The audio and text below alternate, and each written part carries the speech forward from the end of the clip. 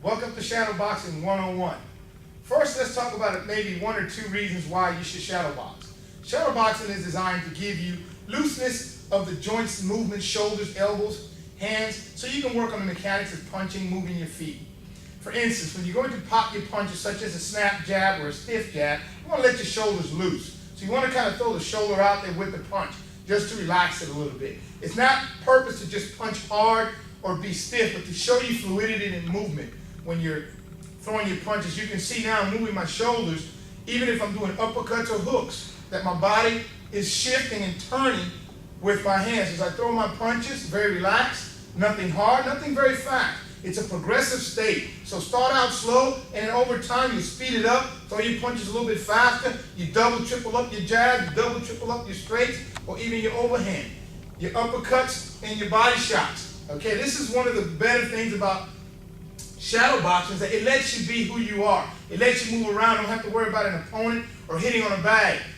Okay, the other thing that you want to do is now incorporate your feet. So get your footwork involved. So as I do my jab, for instance, if I'm pursuing my opponent, I'm moving in, so my feet are moving forward. If I'm backing away throwing a jab, my feet are also moving back. And if I have to pivot and turn, such as my opponent's going from right to left or left to right, I have to turn into my opponent to throw a punch or peel out to throw another punch. So my footwork is very important. I may use footwork like the pendulum, the gallop step, a slide shuffle, or even a step and drag to corner off the opponent when I want to do it. So now, think about shadowboxing. Once you warmed up for a few minutes and you start increasing the intensity of the shadowboxing, meaning the pace that you're going, not necessarily being hard with it, but just continuing to do a little bit more each time.